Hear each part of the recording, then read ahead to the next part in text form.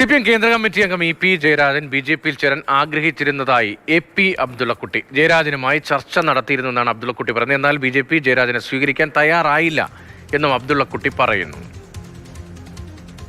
EP Jayarajan CPM വിട്ട് BJP ചേരാൻ ആഗ്രഹിച്ചിരുന്നു. പക്ഷേ ജയരാജൻ മാമനോട് ഞങ്ങൾക്ക് പറയാനുള്ളത് ആ പൂതി അങ്ങ് നടക്കൂല. എല്ലാ ആളുകളെയും BJP-യിൽ എടുക്കാൻ പറ്റൂലല്ലോ. ജയരാജന് ഞങ്ങളുടെ കൂടെ വരാൻ താല്പര്യമുണ്ട്. പക്ഷേ ഞങ്ങൾക്ക് അദ്ദേഹത്തോട് അത്ര താല്പര്യമില്ല. അതിനു വേണ്ടിയിട്ടായിരുന്നു എല്ലാവരുമായി സംസാരിച്ചിട്ടുണ്ട്. ഞങ്ങൾ ചർച്ച ചെയ്തു.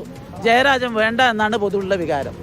കാരണം ജയരാജൻ്റെ കോലത്തിലുള്ള ആൾ പറ്റിയ പാർട്ടിയല്ല ഭാരതീയ ജനതാ പാർട്ടി എന്നാണ് ചർച്ച നടന്നിട്ടുണ്ട്. അതാണ് ഞങ്ങളുടെ വികാരം.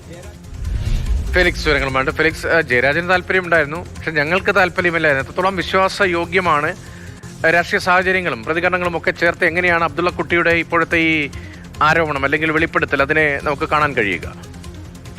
രതീഷ്, ഇന്നലെ EP ജയരാജന്റെ ഇതാണെന്റെ ജീവിതം എന്ന ആത്മകഥ പുറത്തിറങ്ങിയപ്പോൾ അതിൽ ഈ ശോഭാ സുരേന്ദ്രനെതിരെ ചില കാര്യങ്ങളുണ്ടായിരുന്നു. ശോഭാ സുരേന്ദ്രൻ തന്റെ മകനെ ഫോണിൽ വിളിച്ചു, നിരന്തരം ഫോണിൽ വിളിച്ചു. പക്ഷെ മകൻ റെസ്പോണ്ട് ചെയ്തില്ല. അതിന്റെ പ്രധാനപ്പെട്ട കാര്യം തന്റെ മകനെ BJP സ്ഥാനാർത്ഥിയാക്കാൻ ലക്ഷ്യമിട്ടുകൊണ്ടാണ് ഇങ്ങനെ ഫോൺ വിളിച്ചത് എന്നതായിരുന്നു ഈ ആത്മകഥയിൽ പറഞ്ഞിരുന്നത്. അതുമായി ബന്ധപ്പെട്ട ചോദ്യങ്ങൾക്കാണ് AP അബ്ദുള്ളക്കുട്ടി ഇത്തരത്തിലൊരു പ്രതികരണം നടത്തിയത്. അതായത് EP ജയരാജൻ BJP-യിൽ ചേരാൻ ആഗ്രഹം പ്രകടിപ്പിച്ചിരുന്നു, പക്ഷെ അത് BJP-ക്ക് അതിനോട് താല്പര്യമില്ല.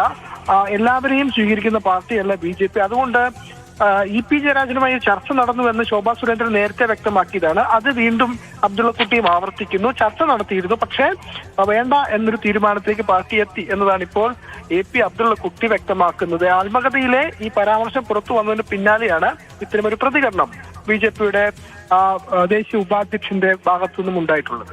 ശരി, EP ജയരാജനെ സമീപിച്ചു അല്ലെങ്കിൽ EP BJP-യെ സമീപിച്ചു എന്ന നിലയിലുള്ള പ്രതികരണങ്ങളാണ് BJP-യുടെ ഭാഗത്ത് നിന്ന് വരുന്നത്.